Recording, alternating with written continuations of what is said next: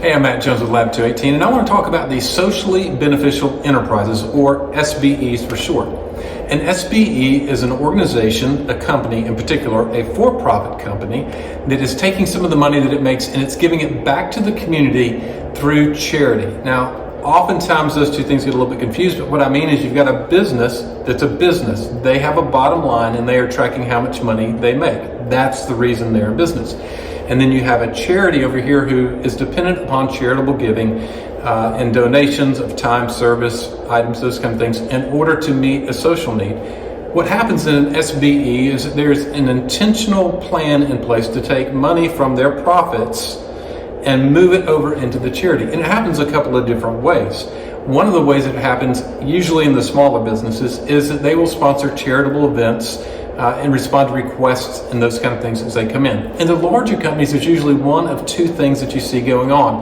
They will often set up a matching funds model to where you as an employee or an employer even can put money into a specific particular fund in that person's name that then goes to the charity that they choose. They may be a big fan of Habitat for Humanity, and so they put money into that, and you as the employer, you match those funds. The other thing that is most often seen is that the company takes up money for these charitable things all during the year, but then there's a board of people, a team usually of employees, who make a decision on where that money is going to go for the next year in order to support some sort of charity. Now, all of those things are great, and it revolves around that three-sector model of the private sector, the public sector, and the social sector, and the fact that there does need to be some overlap between those two things.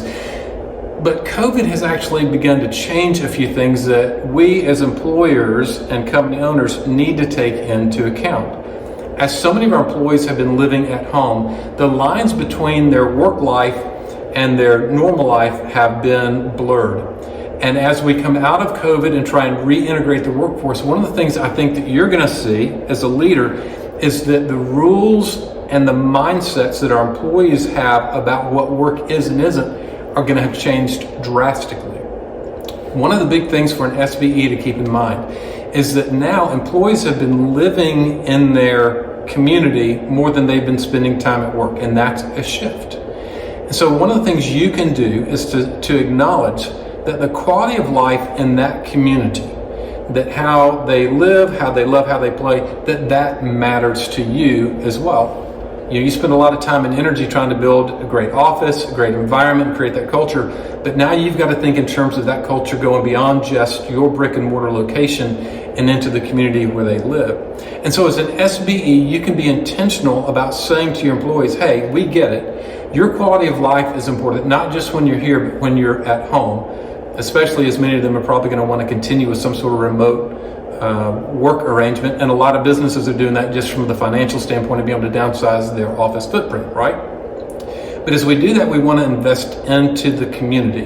And so SBE is a really good way to communicate to your employees that you get it and you're concerned about their quality of life and the issues that impact their quality of life. And the way that you do that is by adding another bottom line to what you're doing. Now, we'll always have the bottom line, right? The financial bottom line. Are we making a profit or not? And how do we manage that? But if you had another bottom line, what are we doing in order to have a positive impact in the community? That doesn't always have to be financial. That doesn't always come back to these few things that I talked about before of sponsoring a charity event or funding particular charities based on employee choice. There's a lot of different ways that you can have a positive impact on the quality of life in the communities where your employees are. But simply by saying we're going to add a double bottom line model, not just our single financial bottom line, but our community impact on the other side as our double bottom line, communicates to your employees that you get it.